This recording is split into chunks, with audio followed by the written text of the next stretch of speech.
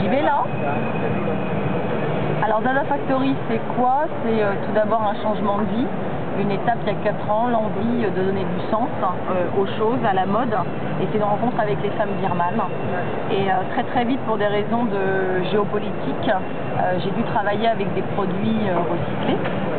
Et pour faire évoluer la marque et sans arrêt aller vers ce so chic, so éthique et répondre à des attentes de consommateurs, il a fallu aussi trouver de nouveaux pays. Voilà. Donc aujourd'hui, après la Birmanie, on a travaillé les tissus de couturiers recyclés. On est parti vers des développements vers l'Afrique pour le plastique recyclé, l'Inde pour le cuir recyclé. Et aujourd'hui, on présente une collection de jute et de chanvre qu'on appelle Natural Life, qui est un peu dans l'air du temps et qui était demandée par bon nombre de clients.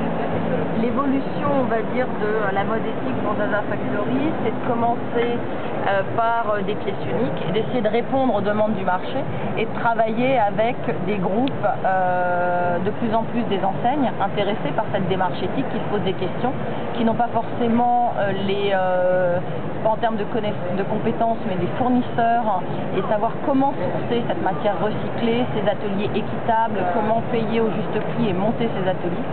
Et il y a aussi une autre démarche très intéressante, c'est ce que j'appelle, on va dire, les mécènes engagés, comme Agnès B, puisqu'on va on a déjà signé 3 collections avec eux, qui depuis toujours ont soutenu les artistes en tout genre, également les opérations de mécénat, l'humanitaire, pour qui donc tout ce qui est art et humain, c'est fondamental. Il y a d'ailleurs quelques années, quand j'étais moi-même dans l'humanitaire, Agnès B était déjà mécène de certaines opérations. Donc ça sont des projets qui nous tiennent à cœur, et grâce à ce type de partenariat, on peut monter des ateliers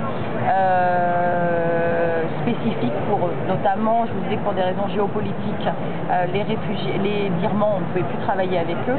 On a retrouvé des groupes de femmes birmanes aujourd'hui en Malaisie, et on a remonté des projets de bonnetterie pour Agnès B là-bas.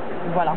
Donc que dire d'autre? On voit que la mode éthique évolue, que depuis le début le combat reste le même. C'est à nous de sans arrêt apporter une offre sans arrêt novatrice, d'aller sans arrêt chercher des nouvelles matières premières, des nouvelles formes, et d'être aussi compétitif que les autres personnes et autres créateurs de la mode en général. Que dire plus, Catherine? C'est parfait, merci.